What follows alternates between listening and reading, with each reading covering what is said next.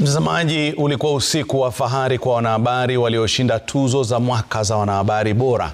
Ajia wanahabari wa kampuni ya Royal Media Services kutoka vitengo vya runinga na redio wakizoa tuzo kocho kocho, kama anavyoarifu mwanahabari wetu Mary Moki. Ulikuwa usiku wa kuwaenzi wanahabari waliobobea katika ulingo wa kuandaa taarifa murwa kwenye hafla iliyoandaliwa na Baraza la Wanahabari nchini. Miongoni mwa waliopata tuzo kuu la maisha ni Catherine Wamuyu wa Inoro TV. Lifetime award, and we are very happy for our media house because of what we have been able to take home.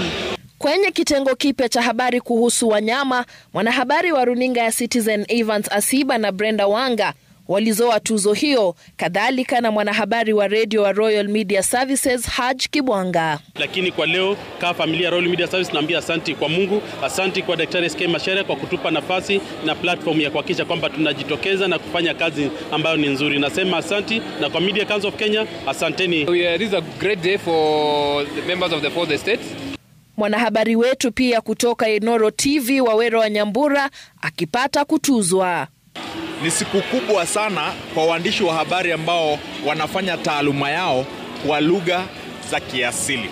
Hii leo huu si ushindi tu wa Inoro TV, na ningependa tusherehekee na waandishi wote wa habari. Ufanisi huu unaashiria uwajibikaji wa Royal Media Services wa kuleta taarifa zinazofahamisha na kubadilisha jamii.